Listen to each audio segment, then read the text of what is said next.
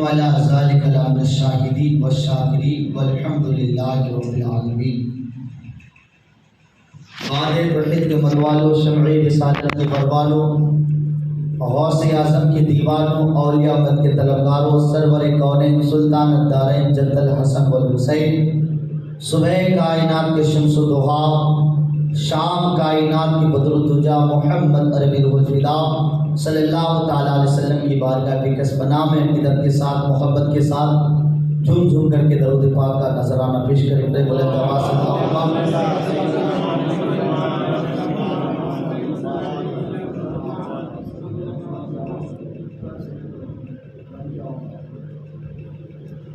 میرے دوستوں بزرگوں، میں آپ سبھی کو نئے سال کا مبارکباد دیتا ہوں۔ اللہ تبارک و تعالیٰ اس نئے سال کی برکت سے اللہ تعالیٰ ہماری پوری زندگی خوشحال رکھے، دنیا کی ساری نعمتیں عطا فرمائے، آنے والی ہر وباؤں سے، بیماریوں سے، پریشانیوں سے ہمیں محفوظ عطا فرمائے۔ اللہ تبارک و تعالیٰ کا لاکھ لاکھ شکر ہے، اللہ کا فضل ہے کہ رب کائنات نے ہمیں اور آپ کو ایک نئے سال کا پھر ہمیں موقع ملا، ہمیں زندگی ملی، اور الحمدللہ انسان کی تمنائیں ہونی چاہیے، انسان رب کی بارگاہ میں دعائیں مانگنا چاہیے کہ اللہ تو ہماری زندگی کو بڑھا دے، ہماری عمر میں برکت عطا فرما۔ یہ اس نیت سے مانگنی چاہیے تاکہ ہمیں زندگی لمبی ملے گی تو عبادت کرنے کا بھی ہمیں زیادہ شرف حاصل ہوگا۔ انسان کو جتنی زیادہ زندگی ملتی ہے، لمبی زندگی ملتی ہے، اس بندے کو اتنا ہی زیادہ رب کی بارگاہ میں عبادت کرنے کا موقع ملتا ہے۔ یہ اللہ کا بڑا احسان ہے کہ رب کائنات نے ہمیں اور آپ کو بے شمار انبیاء کرام، رسولان نظام، صحابہ کرام، شہداء کرام، ہمیں اور آپ کو ایک ہدایت کے لیے، پیغام کے لیے، اہدنا الصراط المستقیم پر چلنے کے لیے بھیجا ہے۔ یہ وہ بزرگان دین ہے الحمدللہ کہ ہمارے پاس ہے تو کچھ نہیں، لیکن بزرگان دین کی واقعات، تاریخیں، ان کی زندگی، ان کے کارنامے ہمیں بتانے سے ہمیں ایک پیغام ملتا ہے، ایک راستہ ملتا ہے، اور ہمیں دین کو سمجھنے کا جو ہے ایک ذریعہ مل جاتی ہے۔ یہ رب کا بڑا احسان ہے۔ میرے دوستوں بزرگوں، یہ جو ماہ محرم کا مہینہ ہے، اس مہینے میں امام حسین کی یاد منائی جاتی ہے، امام حسین کے دم منایا جاتا ہے، امام حسین کو یاد کیا جاتا ہے، اور یہ وہ امام حسین کے لمحہ اور زندگی ہے کہ اگر ہم بار بار اور پوری زندگی اگر ہم ان کا ذکر کریں، بیان کریں، تب بھی کبھی ہمیں ایسا محسوس نہیں ہوتا کہ ہم نے یہ داستان کو سن چکے ہیں۔ حالانکہ دل تو یہ ہوتا ہے کہ ہم سن چکے ہوتے ہیں، لیکن دل پھر کہتا ہے کہ پھر سنیں تو اچھا لگے۔ یہ وہ داستان کربلا ہے۔ الحمدللہ جب سے میری پڑھائی کی شروعات ہوئی تھی، یعنی جب میں اعدادیہ اولیٰ یعنی پہلے دوسرے کلاس میں جب میں پڑھائی کر رہا تھا، تب سے الحمدللہ ماہ محرم کی 10ویں تاریخ تک مجھے بیان کرنے کا شرف حاصل ہو رہا ہے۔ یہ ایسا نہیں ہے کہ یہ میں پہلی بار جو ہے آپ لوگوں کو جمع کیا یا آپ لوگوں کو میں نے دعوت دی۔ حالانکہ الحمدللہ بھروچ کے علاقے میں جب میں امامت کرتا تھا تو تقریباً 70% جو ہے میں بھروچ کے علاقے کی مسجدوں میں بیان کر چکا ہوں۔ اور ہوتا یہ ہے کہ ہمارے اور امامت کی ذمہ داری ہے، اور ذمہ داری کا مسئلہ یہ ہے کہ اگر ہمیں تاریخ بھی ملتی ہے بیان کرنے کے لیے، اگر کہیں سے اگر پروگرام کے لیے اگر ہمیں دعوت بھی دیا جاتا ہے تو ہم اس دعوت کو قبول نہیں کر پاتے ہیں۔ اس کی دراصل یہ ہوتا ہے، مثلا اگر مثال کے طور پر اگر مجھے بھروچ سے اگر تقریب کی دعوت مل جائے تو ہوگا یہ ہے کہ ہمیں ایک نماز کی ذمہ داری ہوتی ہے، اور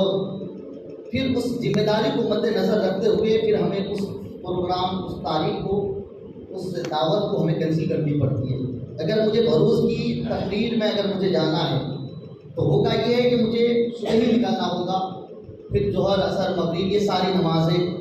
جو ہے ہمیں دوسری جگہ دوسرے علاقے میں ادا کرنی پڑے گی، تو ہماری جو امامت کی ذمہ داری ہوتی ہے تو اس میں بڑی دقتیں آ جاتی ہے، تو یہی وجہ ہوتا ہے۔ تو پھر بہتر یہی ہوتا ہے کہ پھر کیا کیا جائے، اگر اللہ نے ہمیں علم دیا ہے، اللہ نے ہمیں صلاحیت عطا کی ہے، ہم نے جو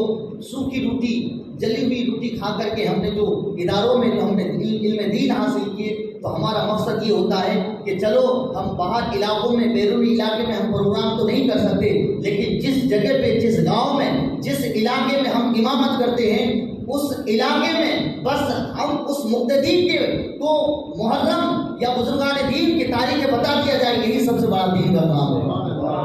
تو اس لیے ہم اگر بیرونی علاقے میں ہم بیان نہیں کر پاتے، دعوتوں کو ہم قبول نہیں کر پاتے،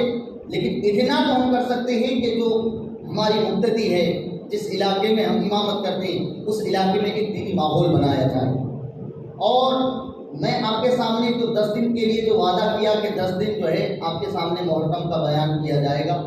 اس میں نہ ہماری کوئی معاوضہ کی کوئی امید ہوتی ہے، نہ ہم مانگتے ہیں، نہ ہم اس چیز کو امید رکھتے ہیں،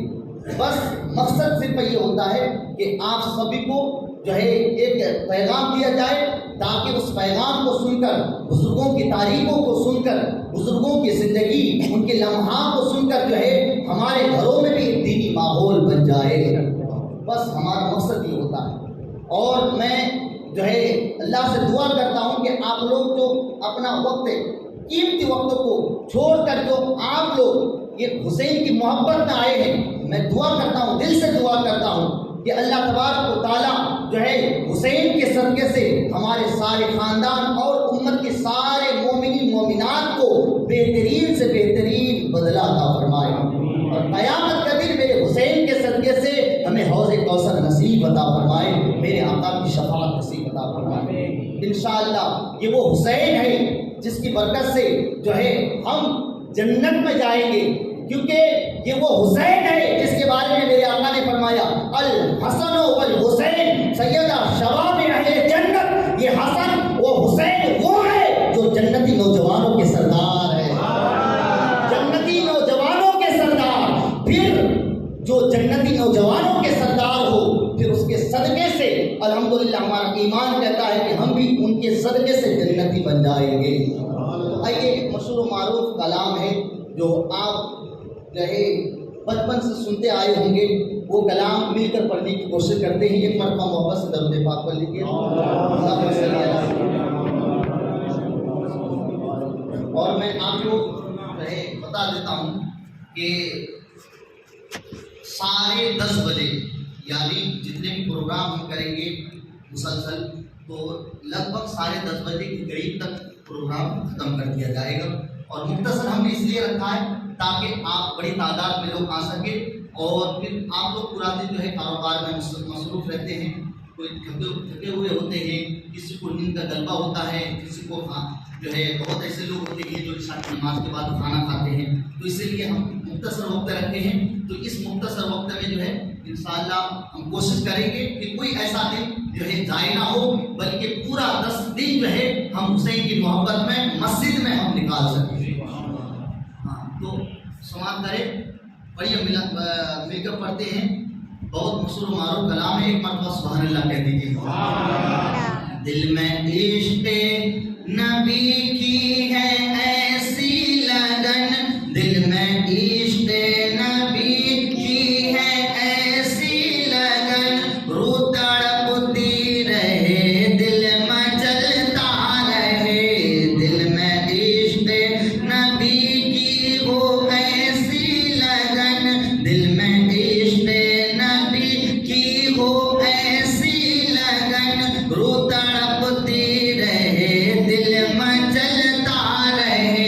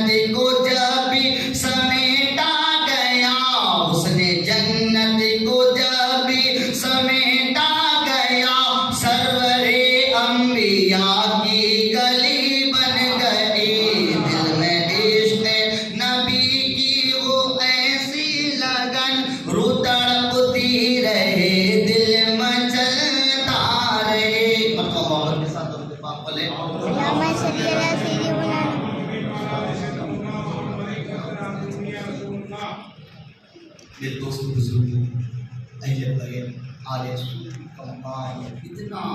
بلند و بالا ہے، اتنا اعلیٰ ہے کہ مرتبہ عبادت سے نہیں ملتی، ریاض سے نہیں ملتی، مرتبہ اسے ملتے ہیں اللہ جسے چاہتا ہے اسے ملتے ہیں۔ اللہ جس کو مقام دے دے، اللہ جس کو بلندی عطا فرما دے، تو پھر وہ بندہ چاہے عبادت کرے یا نہ کرے تب بھی اللہ کے نزدیک وہ بلندی و بالا ہوتا ہے۔ جیسا کہ آل رسول ہے، لوگ یہ سمجھتے ہوں گے کہ یار چہرہ تو ہمارا اور ان کا ملتا جلتا ہے، ہم ان کے برابری کیوں نہیں ہو سکتے؟ میرے دوستوں بزرگوں، آل رسول اگرچہ چہرہ ہمارے جیسے ہے، دیکھتے ہمارے جیسے، کھاتے ہمارے جیسے، پیتے ہمارے جیسے، زندگی ہمارے جیسے گزارتے ہیں، لیکن تب بھی ہم ان کے مقام تک نہیں پہنچ سکتے، کیونکہ وہ آل رسول ہے، مصطفیٰ کے لہو ہے، مصطفیٰ کے خون ان کے رگوں میں پائے جاتے ہیں، اور ایسے ہیں جس کے بارے میں میرے سرکار اعلیٰ حضرت نے فرمایا تیری نسل پاک میں ہے بچہ بچہ نور کا، تو ہے میں نے نور تیرا سب گھرانہ نور کا۔ چاہے وہ عالم دین ہو یا نہ ہو،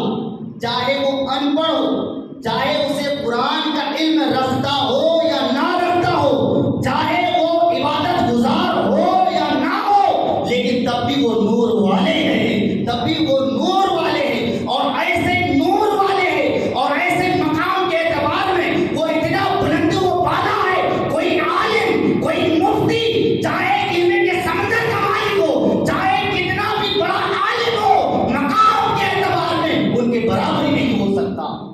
میرے دوستو، اپنے وقت کا اگر کوئی مجدد بھی ہو جائے، اپنے وقت کا کوئی اگر عالم دین ہو جائے، اپنے وقت کا اگر وہ مفتی بھی ہو جائے، تب بھی وہ کسی آل رسول کے مقام کو حاصل نہیں کر سکتا۔ یہ شرف اگر ملا ہے تو مدینے کے تاجدار کے صدقے سے ملا ہے، اور اللہ رب العزت نے اس کا مقام وہ بلندی عطا کیا ہے، چاہے ہماری جیسے دیکھتا ہو، چاہے شکل صورت میں، اگر اللہ نے اگر آپ کو خوبصورت بھی بنایا ہو، اگر ان کا شکل اگر شام بھی ہو، چاہے دیکھنے میں بدصورت بھی ہو، لیکن اللہ کے نزدیک وہ نور والے ہیں، اللہ کے نزدیک، اللہ تبارک و تعالیٰ کے نزدیک وہ ہم جیسے امتیوں سے یعنی سب سے بلند و بالا ہے۔ امت میں اگر سب سے زیادہ اگر بلندی و بالا ہے تو حضور کے آل رسول ہے، اہل بیت ہے۔ تو میرے دوستوں بزرگوں، اس لیے کبھی یہ نہ سوچے کہ یار چہرہ تو ہمارے جیسا ملتا جلتا ہے، ہم ان کے برابر ہی ہیں، ہم ان کے جیسے ہیں، نہیں۔ چاہے شہرت کے اعتبار سے ہو، چاہے دولت کے اعتبار سے ہو، چاہے کسی بھی اعتبار سے ہو، تب بھی ہم کسی آل رسول کے مقام کو حاصل نہیں کر سکتے۔ اس لیے رب کائنات اگر کوئی بندہ کسی ایک آل رسول کی ایک لمحہ، ایک دن اگر اس کی خدمت کر لے تو میرا رب اسے 1 سال سے زیادہ اسے عبادت کرنے کا ثواب عطا فرمائے۔ میرے دوست بزرگوں، ہم اس کی خدمت کر لیں تو رب ہمیں 1 سال سے زیادہ عبادت کرنے کا ثواب عطا فرمائے۔ تو جس کی خدمت کر لے تو بندہ وہ اتنا مقام حاصل کر لے، لیکن جس کو رب نے آل رسول بنایا ہو، جس کی ہم خدمت کر لیں تو اللہ ہمیں 1 سال کی عبادت سے بڑھ کر ثواب عطا فرمائے۔ تو پھر اگر وہ آل رسول اگر وہ عبادت کر لے تو پھر اللہ تعالیٰ اس کا کیا مقام عطا فرماتا ہے۔ تو میرے دوستوں بزرگوں، تو بہر گئے تو یہ آل رسول کا مقام ہے، اہل بیت کا مقام ہے، اور یہ میرے حسین ہے جس کی بدولت سے الحمدللہ جس حسین نے اپنی امت کو بچانے کے لیے اپنے آپ کو شہید کر دیا، اپنے جسموں کو ٹکڑے ٹکڑے کر دیے، ہزاروں زخم کھا گئے، اور اپنے بیٹے کو، اپنے بھائی کو، اپنے بھتیجے کو، اپنے خاندان کے سب کو ایک ایک کر کے شہید کر دیا، فقط اس لیے کہ اپنے نانا جان کی امت بچ جائے، ہم جیسے گنہگاروں کو بچانے کے لیے، جہنم سے نکال کر جنت میں جانے کے لیے اپنے آپ کو قربان کر دیا۔ تو میرے دوستوں بزرگوں، یہ وہ حسین ہے، اور یہ کوئی ایسا نہیں ہے کہ امام حسین رضی اللہ تعالیٰ عنہ اچانک کربلا کا کربلا کی تاریخ تاریخ ہوئی اور اچانک کربلا کے میدان میں امام حسین کو لڑنا پڑا اور اچانک امام حسین کو شہید ہونا پڑا۔ حالانکہ ایسا نہیں ہے، بلکہ امام حسین جانتے تھے کہ میں شہید ہوں گا، اور مدینے کے تاجدار صلی اللہ تعالیٰ علیہ وسلم بھی جانتے تھے کہ امام حسین کربلا کے میدان میں شہید ہوں گے۔ یہی تو وجہ ہے، ایک مرتبہ حضرت امام جعفر صادق فرماتے ہیں کہ ایک مرتبہ مدینے کے تاجدار صلی اللہ تعالیٰ علیہ وسلم کے سامنے حضرت امام حسن اور حضرت امام حسین یہ دونوں آپس میں کشتی کر رہے تھے، لڑ رہے تھے۔ ہوتا ہے نا بچپن میں ہم ایک دوسرے بچپن میں بچے کے ساتھ اکثر ہم نے دیکھا ہے، اور بچپن میں ہم نے بھی خود ایک دوسرے سے لڑے ہوئے ہوں گے۔ تو ہوتا کیا ہے کہ بچپن میں ایک دوسرے کے ساتھ لڑنا ہوتا ہے، لیکن ہمارا لڑنا، میرے حسن اور حسین کا لڑنا بہت فرق ہے۔ تو آپس میں دونوں کشتی کر رہے تھے، لڑ رہے تھے، ایک دوسرے کو پلٹ رہے تھے۔ کبھی امام حسن حسین کو پلٹ رہی ہے، کبھی امام حسین حسن کو پلٹ رہی ہے، اور میرے آقا کریم صلی اللہ تعالیٰ علیہ وسلم اس منظر کو ملاحظہ فرما رہے تھے، دیکھ رہے تھے۔ تو پھر اچانک کیا ہوا کہ حضور صلی اللہ تعالیٰ علیہ وسلم امام حسن سے فرمایا، امام حسن اور امام حسین یہ دونوں سگے بھائی ہیں، امام حسن یہ بڑے ہیں اور امام حسین چھوٹے ہیں۔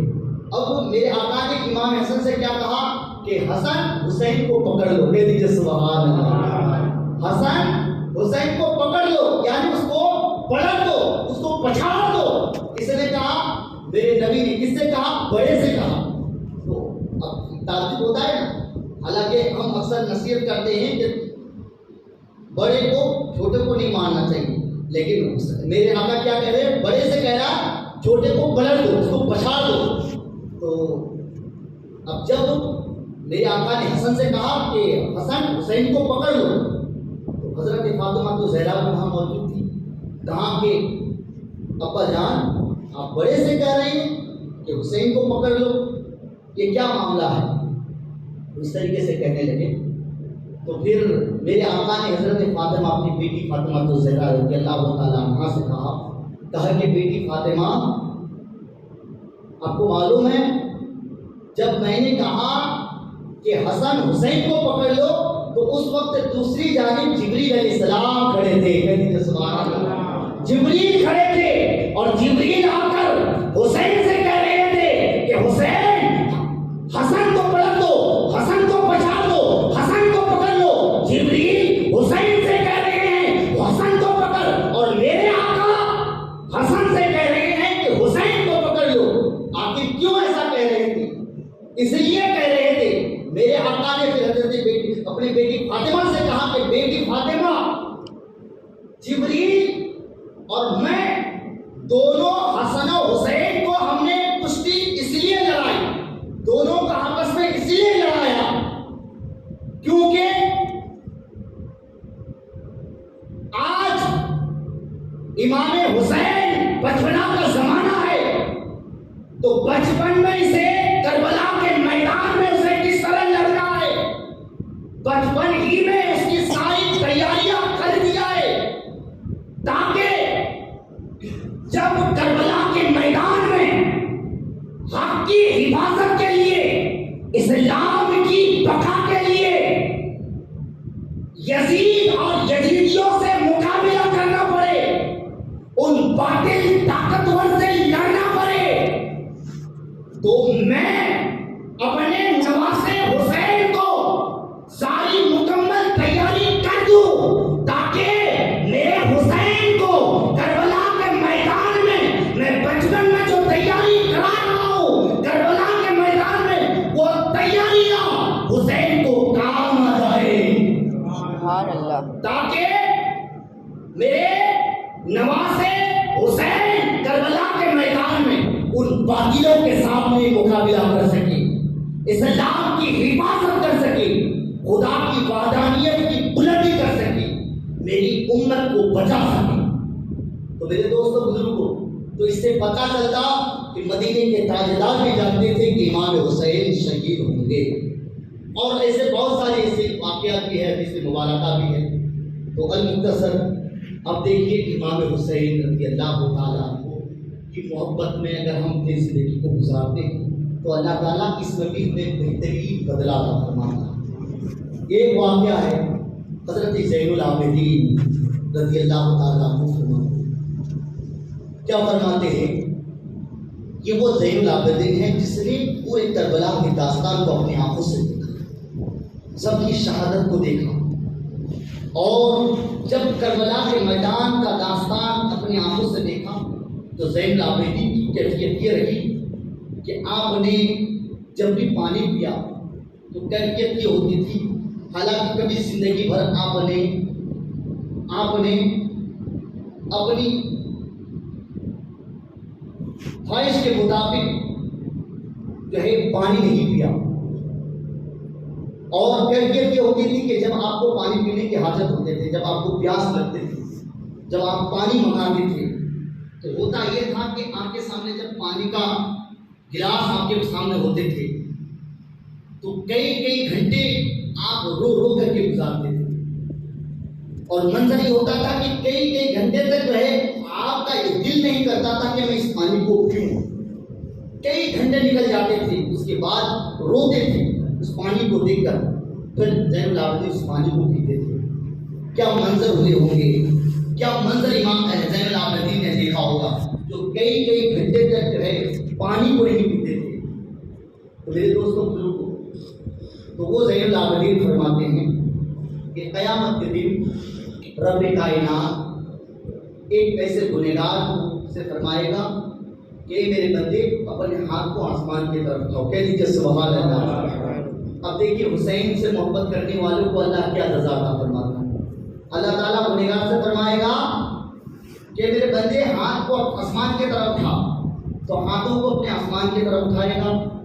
جب اٹھائے گا تو اللہ تبارک و تعالیٰ اس کے ہاتھ میں ایک نور کی موتی عطا فرمائے گا، کہہ دیجیے سبحان اللہ، ایک نور کی موتی عطا فرمائے گا۔ پھر اللہ تعالیٰ اس گنہگار سے فرمائے گا میرے بندے میں نے اس موتی کو تمہیں اس لیے دیا، جا اس موتی کی قیمت کیا ہے تو پوچھ کر کیا۔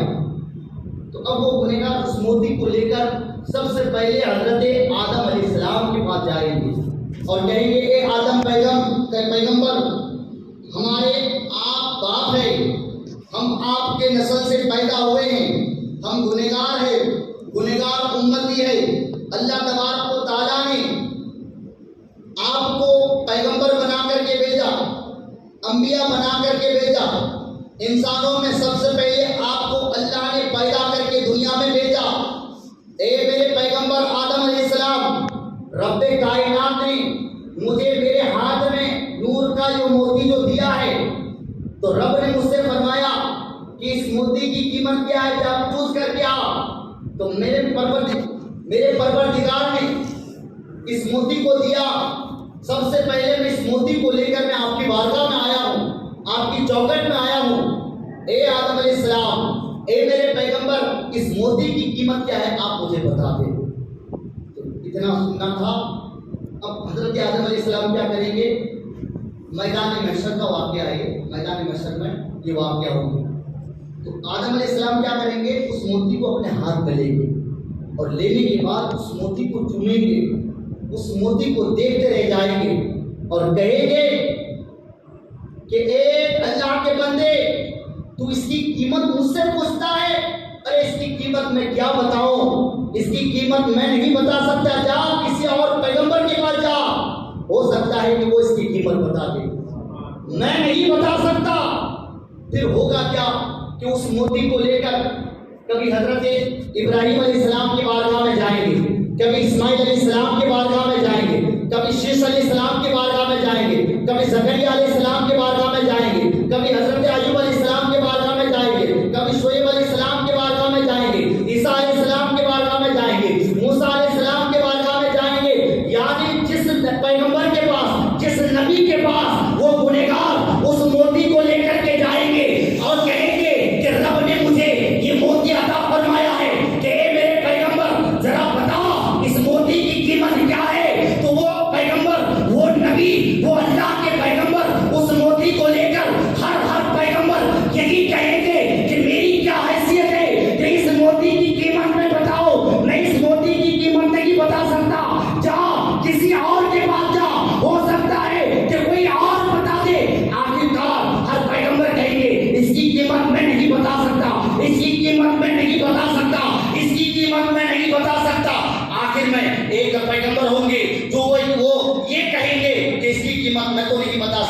ہو سکتا ہے جو مدینے کے تاجدار، جو تمام نبیوں کے سردار ہیں، جو تمام نبیوں کے سردار ہیں، اور رب کائنات نے جسے کائنات میں سب سے بلندی کو بالا عطا فرمایا ہے، ہو سکتا ہے کہ ان کی بارگاہ میں جا وہ تمہیں بتا دے کہ اس کی قیمت کیا ہے. یعنی ہر پیغمبر کہیں گے میں نہیں بتا سکتا. آخر میں مدینے کے تاجدار احمد مصطفیٰ محمد مصطفیٰ صلی اللہ تعالیٰ علیہ وسلم کی بارگاہ میں اس گنہگار کو بھیجا جائے گا اور کہے گا جا مدینے کے تاجدار کے پاس جا. ہو سکتا ہے کہ اس موتی کی قیمت وہ بتا دے. اب وہ گنہگار اس موتی کو لے کر جو ہے حضور صلی اللہ تعالیٰ علیہ وسلم کی بارگاہ میں حاضر ہوں گے اور حضور صلی اللہ تعالیٰ علیہ وسلم جو ہے وسلم کے بارگاہ میں جا کر کہیں گے یا رسول اللہ صلی اللہ تعالیٰ علیہ وسلم میں آدم کے پاس گیا، موسیٰ کے پاس گیا، عیسیٰ کے پاس گیا، ابراہیم کے پاس گیا، موسیٰ کے پاس گیا، یعنی جس نبی کے بارگاہ میں گیا ہر نبی نے کہا کہ اس کی قیمت میں نہیں بتا سکتا. آپ تو تمام نبیوں کے سردار ہو. اللہ نے آپ کو سارے بندوں سے افضل و اعلیٰ پر عطا فرمایا ہے. اللہ نے آپ کو وہ مقام عطا فرمایا ہے جس کی بدولت سے یہ دنیا بنی ہے. اور رب کائنات نے آپ کو ایسا جو ہے ایسے رحمت للعالمین عطا فرمایا ہے جس کی بدولت سے ہم اور آپ پیدا ہوئے. میرے پروردگار نے یہ جو موتی دیا ہے یا رسول اللہ آپ ہمیں بتا دیں کہ اس موتی کی قیمت کیا ہے. اللہ مدینے کے تاجدار روز شمار غریبوں کے غم گسار حضور صلی اللہ تعالیٰ علیہ وسلم جب اس موتی کو دیکھیں گے تو دیکھنے کے بعد مدینے کے تاجدار بھی اس موتی کو اپنے ہاتھوں میں لے کر اس موتی کو چومنے لگیں گے اور دیکھتے رہ جائیں گے. اور دیکھنے کے بعد حضور صلی اللہ تعالیٰ علیہ وسلم اس گنہگار سے کہیں گے اور یہ کہیں گے کہ اے اللہ کے بندے اس موتی کی قیمت کیا ہے میں بھی نہیں بتا سکتا. ہاں اگر تمہیں اس کی قیمت اگر تمہیں معلوم کرنا ہو، اس کی اہمیت اگر تمہیں سمجھنا ہو تو جاؤ میرے حسین کے بارگاہ میں چلا جاؤ. میرے حسین کے بارگاہ میں جاؤ، میرے حسین کے بارگاہ میں جاؤ، میرے نواسا میرے بیٹے کے بارگاہ میں جاؤ. وہی تمہیں اس کا اندازہ ہو جائے گا کہ اس موتی کی قیمت کیا ہے، اس کی اہمیت کیا ہے. اللہ تو پھر مدینے کے تاجدار صلی اللہ تعالیٰ علیہ وسلم اس گنہگار کو جو ہے حسین کی بارگاہ میں بھیجا جائے گا. اب وہ گنہگار اس موتی کو لے کر جب امام حسین کی بارگاہ میں جائیں گے اب اس وقت میرے حسین کی شان میرے حسین کا عالم یہ ہوگا کہ یہ تختے لگے ہوئے ہوں گے. کہہ دیجیے سبحان اللہ. ایک تختے لگے ہوئے ہوں گے، اسٹیج بنے ہوئے ہوں گے، اس تخت پہ میرے حسین جلوہ فرما ہوں گے. کہہ دیجیے سبحان اللہ. میرے حسین اس تختے پر بیٹھے ہوئے ہوں گے اور میرے حسین کے غلام اس تختے کے نیچے بیٹھے ہوئے ہوں گے. تو جب میرے حسین اس تختے پر بیٹھے ہوئے ہوں گے تو وہ گنہگار میرے حسین کی طرف بڑھتے ہوئے ہوں گے تو اس وقت میرے حسین اس گنہگار کو دیکھ کر کھڑے ہو جائیں گے. کہہ دیجیے سبحان اللہ. بڑا کتنا خوش نصیب ہوگا جس کو دیکھ کر میرے حسین کھڑے ہو جائیں. اب میرے حسین کھڑے ہو جائیں گے اور کھڑے ہونے کے بعد اس کشتے سے جلوہ افروز ہوں گے، یعنی اتریں گے. اترنے کے بعد اب کیفیت یہ ہوگا میرے حسین کو اس گنہگار کے درمیان منظر یہ ہوگا کہ میرے حسین اس گنہگار کی طرف بڑھیں گے اور وہ گنہگار میرے حسین کی طرف بڑھیں گے. کہہ دیجیے سبحان اللہ. دونوں جب ایک دوسرے کی طرف بڑھتے جائیں گے بڑھتے جائیں گے بڑھتے جائیں گے المختصر یہ سمجھیے کہ وہ گنہگار میرے حسین کے قریب پہنچ جائیں گے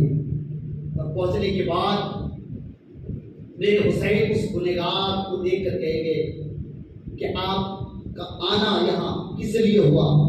اور کس بنا پر آئے. تو وہ گنہگار کہیں گے کہ اللہ نے مجھے یہ موتی عطا فرمایا ہے اور اس کی قیمت کیا ہے یہ جاننے کے لیے مجھے بھیجا ہے.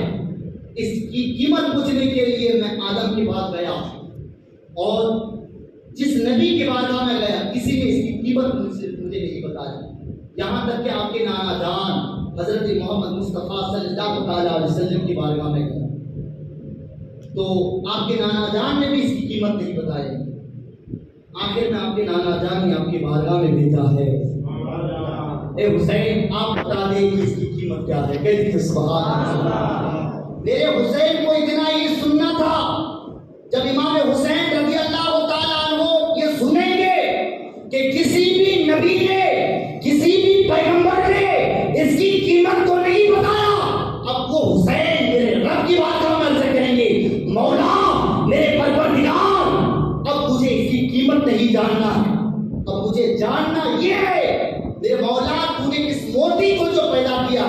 اس موتی کو جو بنایا ہے، آخر بنایا تو کیسے بنایا؟ کہہ دیجیے سبحان اللہ۔ یہ موتی آیا تو کہاں سے آیا میرے مولا؟ کیا یہ موتی آسمان سے ٹپکا یا پہاڑوں سے نکلا یا سمندر کی سیلانی سے نکلا یا زمین کی ذروں سے نکلا؟ میرے مولا یہ موتی نکلا تو کہاں سے نکلا، آیا تو کہاں سے آیا؟ مجھے یہ بتا دے۔ تو اب میرے حسین جب رب کی بارگاہ میں سے کریں گے، میرے مولا یہ موتی بنا تو کیسے بنا، مجھے یہ بتا دو، مجھے اس کی قیمت نہیں جاننا ہے۔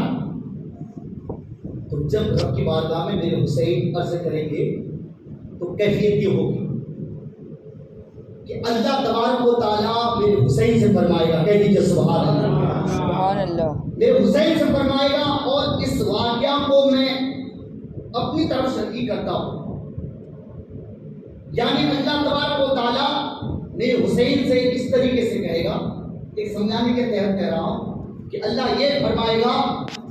کہ اے حسین، محرم کا مہینہ تھا، گجرات کی دھرتی تھی، کہہ دیجیے سبحان اللہ، اور گجرات کی دھرتی میں ایک علاقہ تھا جس کا نام امریر تھا، کہہ دیجیے سبحان اللہ، اور اس امریر کی سرزمین میں ایک جامع مسجد تھی جس مسجد کا نام مسجد مدنی مسجد، کہہ دیجیے سبحان اللہ، مسجد مدنی مسجد تھی، اور اسی مدنی مسجد میں محرم کے مہینے میں محفل میلاد سجی ہوئی تھی، کہہ دیجیے سبحان اللہ، اور اسی محفل میلاد میں میرے حسین کربلا کے داستان کا بیان ہو رہا تھا، داستان کربلا کا ذکر ہو رہا تھا۔ میرے حسین اسی داستان کربلا میں، اسی محفل میلاد میں یہ گنہگار بھی موجود تھے، کہہ دیجیے سبحان اللہ، یہ گنہگار بھی موجود تھے۔ میرے حسین جب داستان کربلا کا ذکر ہو رہا تھا، جب آپ کے بھائی عباس علمدار کے شہادت کا ذکر ہو رہا تھا، میرے حسین جب آپ کے بھائی بھتیجے بھانجے کی شہادت کا ذکر ہو رہا تھا، میرے حسین جب آپ کے بھوک اور پیاس کے ذکر ہونے لگے، جب آپ کے بیٹے علی اکبر علی اصغر کی شہادت کا ذکر ہونے لگے، تو اسی کربلا کے داستان کا ذکر سن کر آپ کی محبت میں ایک گنہگار آپ کی محبت میں رو رہے تھے، پھوٹ پھوٹ کر کے رو رہے تھے اس محفل میلاد میں، اس قدر رو رہے تھے آپ کی بھوک اور پیاس کی شدتوں کو سن کر، آپ کی شہادت کو سن کر یہ گنہگار پھوٹ پھوٹ کر کے رو رہے تھے، اور ایسے رو رہے تھے کہ یہ گنہگار آپ کی محبت میں ان کی آنکھوں سے آنسو کے قطرے نکل رہے تھے، کہہ دیجیے سبحان اللہ، آنسو نکل رہے تھے۔ میرے حسین جب یہ گنہگار اس محفل میلاد میں کربلا کے داستان کو سن کر، آپ کی بھوک اور پیاس کی داستان کو سن کر جب پھوٹ پھوٹ کر کے رو رہے تھے، ان کی آنکھوں سے جب آنسو نکل رہے تھے، تو ان کی آنسو جب زمین پر گر رہے تھے تو زمین پر ہم نے گرنے نہ دیا، اور زمین پر گرنے سے پہلے ہم نے آج تک ان کی آنسوؤں کو ضمانت کے طور پر حفاظت کر کے رکھے تھے، اور انہی آنسوؤں کو ہم نے ایک نور کا موتی بنا دیا، نور کا موتی بنا دیا، اور اسی نور کی موتی کو، اس موتی کی برکت سے آپ کی محبت میں جو روئے تھے، اسی محبت کے صدقے سے آج ہمیں انہیں جنت کا مقام عطا فرماتے ہیں۔ میرے دوستوں کو بتائیے، جو حسین کی محبت میں روتا ہے تو اللہ ان کی آنسوؤں کو نور کا موتی بنا دیتا ہے۔ تو بتائیے، تو حسین کی محبت میں رونے والوں کو بھی اللہ کو مقام عطا فرمائے۔ جس موتی کی قیمت کسی پیغمبر نے نہ بتایا، تو پھر اگر اس حسین کی محبت میں ہم اپنی زندگی کو گزاریں گے تو انشاءاللہ ہمارا ایمان کہتا ہے کہ ہمیں ہدایت بھی مل جائے گی، ہمیں جنت بھی مل جائے گی، اور اللہ تبارک و تعالیٰ جو ہے ہمیں وہ مقام عطا فرمائے گا کہ حسین کے صدقے سے ہمیں حوض کوثر نصیب عطا فرمائے گا۔ تو یہ امام حسین کی محبت ہے، الحمدللہ۔ امام حسین کی محبت میں زیادہ سے زیادہ قرآن خوانی کرے، قرآن کی تلاوت کرے، اور اپنے گھروں میں اگر ہو سکے تو 10 دن تک مسلسل ان کی محبت میں فاتحہ کھانے کا اہتمام کرے۔ گاؤں میں کافی بچے بھی رہتے ہیں تو بچوں کے لیے ہو سکے تو شربت کا اہتمام کرے، کھچڑی کا اہتمام کرے، حلیم وغیرہ بنائے، جتنا ہو سکے 5 بچے 10 بچے جہاں تک ہو سکے۔ اگر ہم اتنا بھی نہیں کر سکتے تو ہمارے گھر کا جو کھانا پکتا ہے وہ کھانا اپنے سامنے رکھ کر میرے حسین کی محبت میں فاتحہ کر کے کھائے۔ الحمدللہ